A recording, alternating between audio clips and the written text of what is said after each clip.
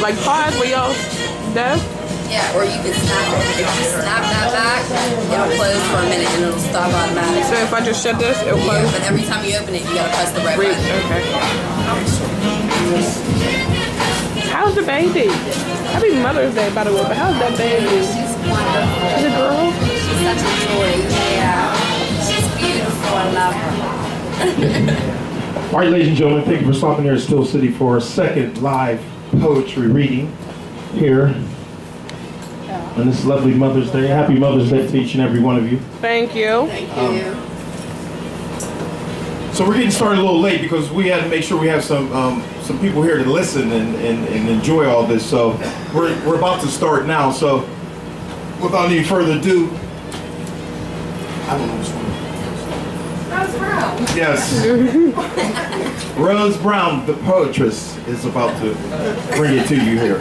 And we have Tiffany Harrison. The poetress. I just want to welcome everybody here today. I'm so happy to see everybody. You just don't even know. The first thing I want to do is give honor and glory to Jesus Christ and God, because I wouldn't have this gift if it was not for Him. Amen, baby. I want to say, I listen to Tupac a little bit, and Tupac always says, feel me. So today I need you to feel me, because we're going to get deep today. Whenever you like something, please do not clap your hands, or you will be removed from the building. You show your appreciation like so. Thank you, thank you. This is about mothers. Our whole reading is basically targeted towards mothers. A lot of us are single mothers. A lot of us are grandmothers. And sometimes grandmothers are the mothers of two generations. So we want to show our appreciation for them as well. I'm going to start off with something that has to do with something that I go through in my lifetime, that I went through with my own mother, because I didn't have a father. So I always felt this way about being fatherless. There must be a place in the Constitution where the fatherless cries and dies a million deaths no matter how hard he tries. It's that space tatted deep that this nigga just left it to mom to get us our rent. He rolled on us swiftly, no S on his chest, looking and searching for lessons from strange breasts. Mom had her moments, the tears became less. I stand strong before you from her common sense. When I look in the mirror, I see life in suspense. Mom made it happen even when things were hopeless. A queen put this in me, a man behind this fence. My mom put it in me behind her strongness.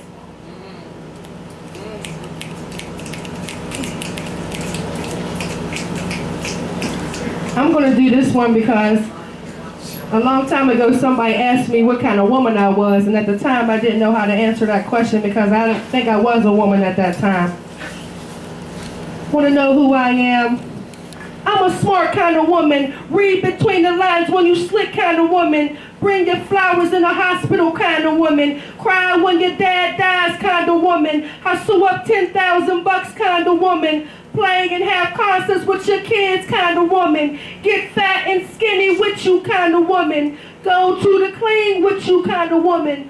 Work 60 hours a week and be a single mother kind of woman. Take your secrets to the grave kind of woman. About to be paid kind of woman. Try and get my spirit right kind of woman. Stop living tripe kind of woman. Now what kind of man are you?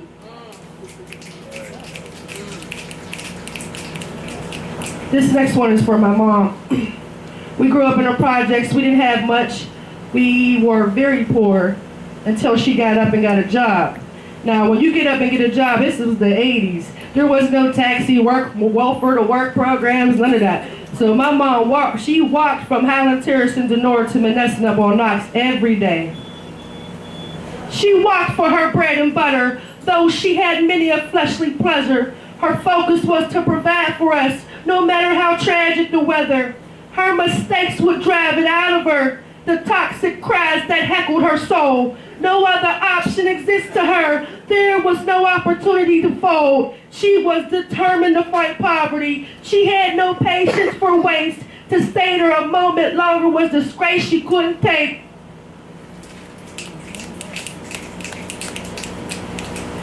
This one is a little bit funny. I said, if somebody would have told her that she was taking a loss for free, she would have grabbed her satchel, panties, and tried to flee. If the ex-girl could have just sold her and insincerity gave a keen perception, half of us wouldn't have made it to the point of our conception. If she would have thought he would have walked as soon as the bear started to breathe, she would have thought a second and had her sex drive would have decreased. If the love of children's laughter was all she needed to believe, then we might not all have 10 brothers to protect us when mom got weak. The bear doesn't know that dad would be Kevin, Devin, Steve, and they never get to meet dad. They meet Marcus, Carlton, Keys. Something's wrong with the way we view this. Fingers pointed to all in blame.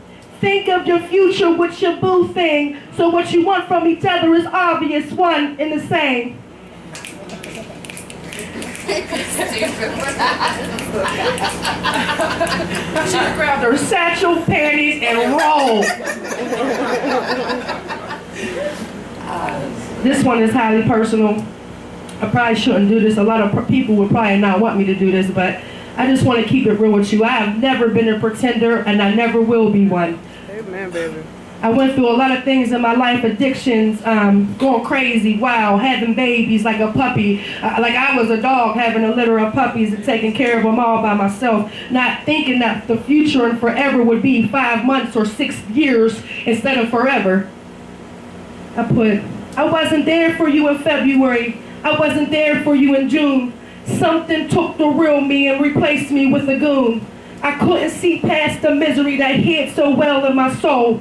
For me to leave every Christmas with my mind bought, paid, sold. You didn't make me do it. The dope man wasn't to blame. That every time I was in that place, the thought tore me out the frame. I chased it to the dungeon and got caught, lost in chains. But thoughts of you brought me moments, made me remember I had a brain. When my body felt the ecstasy of a moment without a name, I couldn't find my way back to you, though I was dying to change. All of the moments I robbed of us, I may not be able to replace. But forgive me and take a moment to understand that I felt disgraced.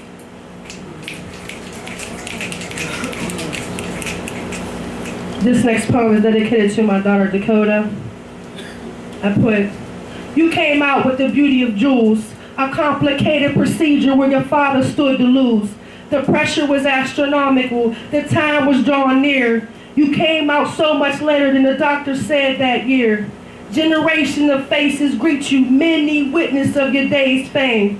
The voices were around you were many, but when your papa said your name, I swear you hopped out the doctor's hand just trying to see his face, and y'all always been close, Dakota. This, I think, whether your mother was a fiend, a hard-working woman, a slave who came from the 1800s, I think that this will touch anybody. How do you respect your mother? Maybe that's the key to being free.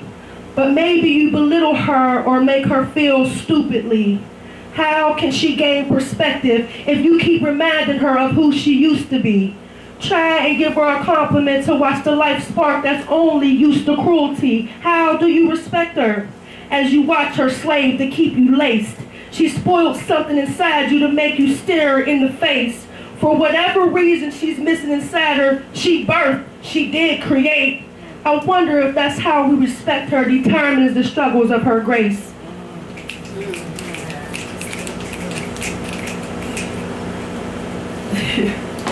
When my son was born, he was born at a time where I lost my brother, and he was the best thing that was in my life. We were very close, and when he died, I lost my whole entire mind.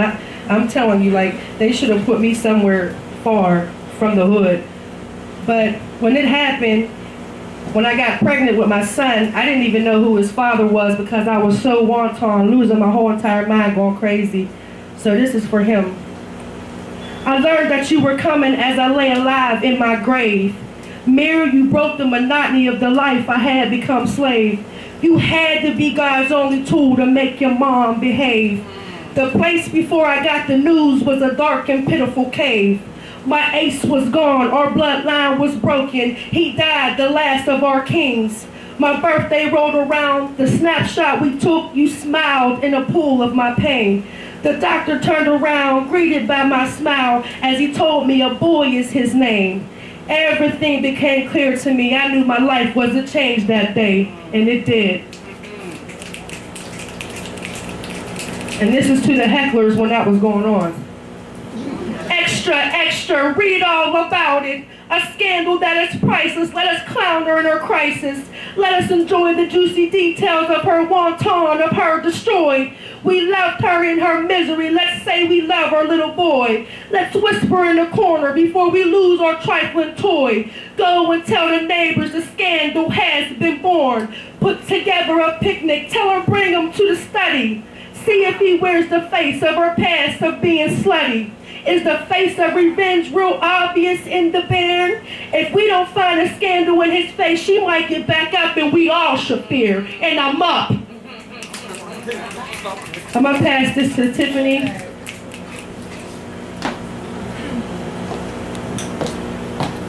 Hello, ladies. Happy Mother's Day. Thank you. You're welcome. I said, I had to tell my family and friends, I said, you know what? I got to wash and press yesterday's because I felt so goddamn fly. And you was! Yeah! Oh, shit. I just had to open that up with a little joke. All right. Oh, no, man, down. Are you serious? Oh, my gosh, where is the block? We don't like why we Yeah, we're having technical difficulties, so I'll just come over here. Thank you. Appreciate it. Wow. This is something that I think all of us can identify with. To stand in the welfare line and ask somebody to give you something you ain't worked for, and for them not to understand you really don't want to be in that line at all. Does she want to pick up the app, apply for rewards she hadn't worked for? She has to feed a baby and nurture a little girl. Does she want to be ridiculed, stand in line with a faceless pride? Or does she listen, scream, and be patient while the hungry children cry? Can she bite her tongue of the anger, the hatred, while the white man denies? As she stands there with her hand out, peering deep in the caseworker's eyes. All of her decisions, the desolate roads with a book bag of shattered dreams. Fathers left their DNA, left it to a queen to raise a king. Never thinking twice that the DNA will reign one day. Just up and left the workload as they stumble back out to play. Thinking that a school clothes or a sneaker makes the debt paid, while the mother of his seed makes the decision in the welfare office to stay. She fills out the app.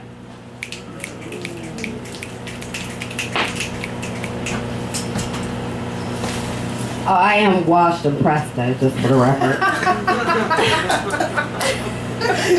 Stop it. Alright, my poems, I don't really take the time to title them. I just run through them. I was asked how I get inspired, so as I go through them, I'll let you know what inspired each one.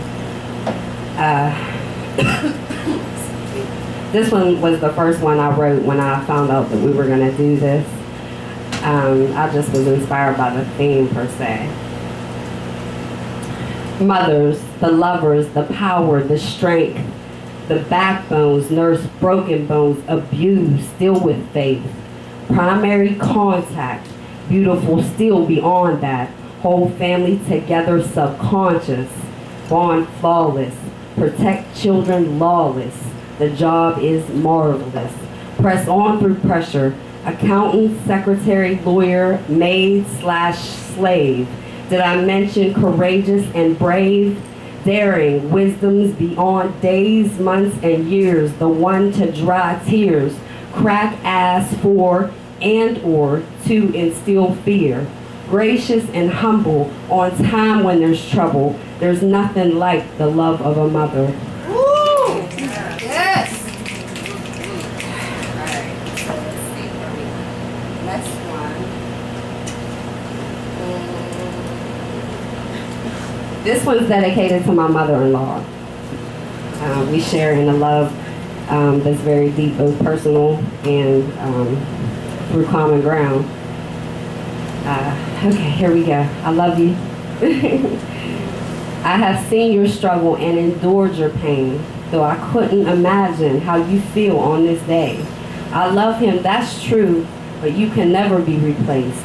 I have a son of my own. I pray that I will always be with him, young and grown.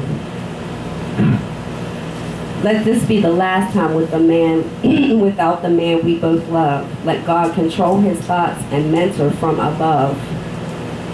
To remove impure things, let's share in his growth and praise his dreams. I'm sorry for all the things he has done, and he is sorry for grieving you as a son. I know it's been hard, and he understands now all the things you taught him. His hard head made him learn through trial. Believe when I say it's finally sunk in that you have to be his mother as well as his friend. Oh.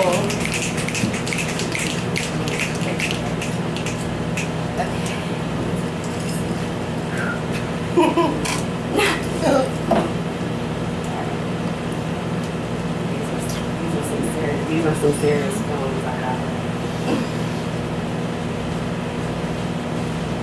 Alright, this was inspired just by me being a mother and going through what I went through with my children, which I'll touch on later. Bountiful and blessed, I press forward through trouble. I protect the home on every level.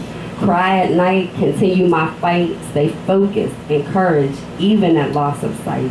I raise 3, on point with mine, from respirators to pulse ox. I lost that. Bountiful and blessed, I press forward through trouble. I protect my home on every level. Cry at night, continue my fight, stay focused, encouraged, even at loss of sight.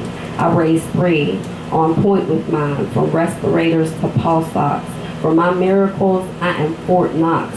I stand strong against adversity. Born, pure, deep, perfect, believe. I will always be mom. I will always reign strong. If you don't believe, you can ask my mom.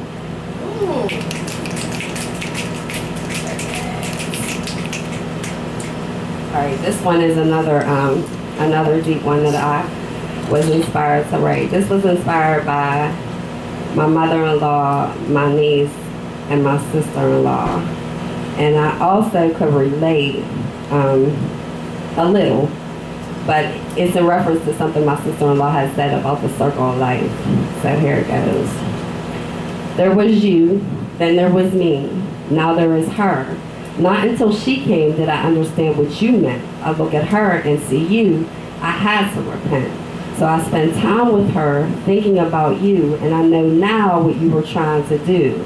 All those times we couldn't agree, now she is here, so I have to see. Nothing made sense then, but it all makes sense now. And somehow, I hope that my job won't be as difficult as I made yours. So from here on out, I give you a shout, because without you, there wouldn't be me, and without us, she would be lost. Okay, I'm gonna pass this back to Rose, because I'm a little emotional.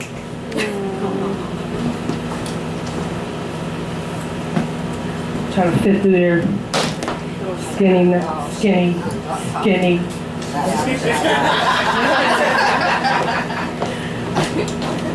I just want to hurry and get this chapter of my life out of the way before we go into intermission, because I might get emotional on this one.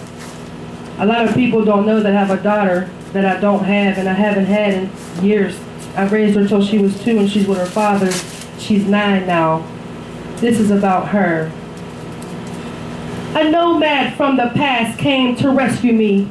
The good life he offered in my sanity I couldn't see. He was a good one. In my life I decided I could not let anybody get the best of me, so I warned him incessantly I was a damaged one. He prized me, admired me so much he devised a plan. In his mind he made a decision without me to start a fam. I was on a whole different wavelength. One night he had approached me while the wine had me beside myself. Said, I want a daughter with your face, and I will get one even if by myself. I made it very clear that that would be his burden to carry. I was a woman of my word. He was a man of his. Until this day, he's handling his biz. The request was awfully selfish, trickery at its best. One thing about the nomad, he is a father, nothing less.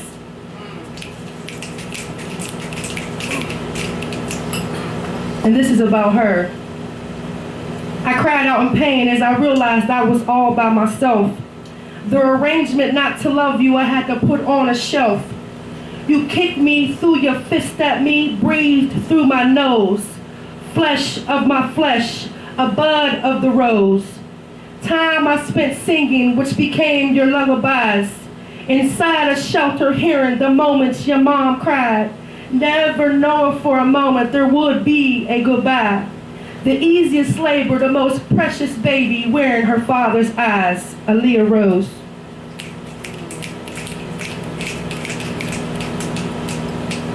Pressure makes monsters, and so we ask ourselves, of all this mayhem, are we right to ask for some help? Pampers and onesies, babies crying all through the night. The BD rolls around the next day hungover, talking about, you alright? So we scream and we snap and outraged by his nonchalance, while the flesh that wears your whole face cry in our ear wouldn't stop. Don't they realize the danger of leaving a woman overwhelmed with their seed? Do they just bust a nut not caring how they seed breathes? You just better hope your BM loved you all through the nights that you creep. Pray that for that love she ain't hurting your baby on a sneak. Looking and seeing daddy, his face wears down to your feet. They making gangsters out of kids outraged by their mother's keep. Hateful and resentful, raising monsters in defeat.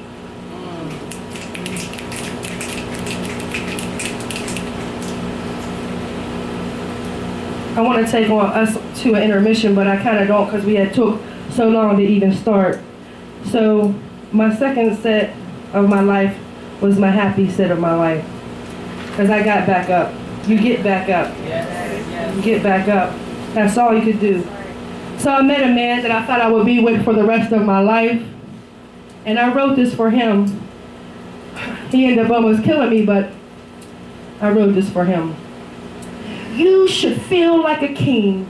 Soon as your air crossed mine, the royalty evinced. I knew for you I could be do or die, knowing you was my business. The unspoken tenderness, quiet power of nobility. I knew just for you I could submit, be a woman of humility. I want to king you. I must admit, I'm not one of these bon vivants who clock your bank. If I can't get your full potential and armor you to be a strong king, then this a cruel prank. Every step we take must reflect our loyalty. There can't be a false premise. Can you dig it? Hold down your castle while you set straight your generals. Send you to battle confident that nobody enters the king's temple. I'll commensurate this royal union. I'm crossed to the interloper. You are my king.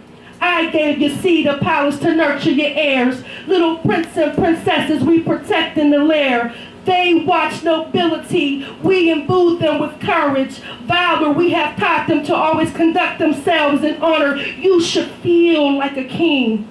I know your whole soul and tend to you with high regard. How far I'll go in this journey is the distance between here and the stars. I'll never be too far. You are my king. Protects the kingdom with calculated fury. Controls your indiscretions at the threat of facing juries. You are my king. Nobody could ever steal your glory. You should feel like a king.